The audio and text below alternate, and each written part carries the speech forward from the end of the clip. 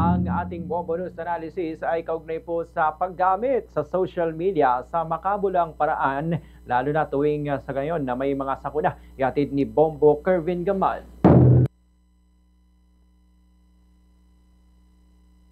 Sa panahon kung saan ang impormasyon ay dumadaloy sa bawat pindot ng daliri, muling nanawagan ang Department of Interior and Local Government o DILG sa kabataan. Gamitin ang social media bilang sandata laban sa sakuna.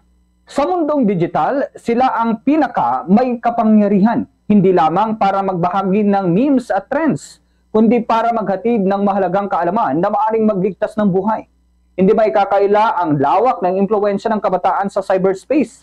Isang post, isang video o isang maikling thread lamang ay maaring magsimula ng kilusan o magbukas ng kamalayan sa kahandaan sa panahon ng kalamidad. Sa panahong patuloy na dumadanas ng bagyo, lindol, pagbaha at iba pang sakuna ang bansa, napakahalaga na ang platapormang online ay gawing daluyan ng tamang impormasyon, hindi ng takot o maling balita.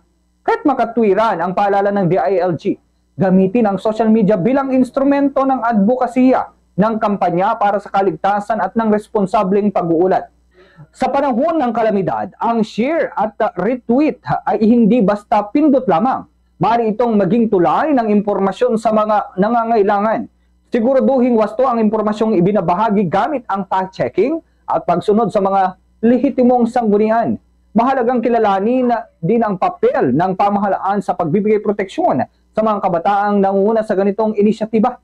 Ang pangakong suporta ng DILG laban sa anumang uri ng pang-aabuso o pagsasamantala ay hindi dapat manatili sa salita. Dapat itong maging konkretong proteksyon para sa mga kabataang handang tumindig para sa bayan.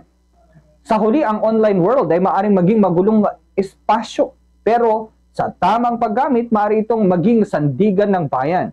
Ang kabataan ang may kakayahang baguhin ang daloy ng impormasyon at magpalaganap ng kultura ng kahandaan at katatagan.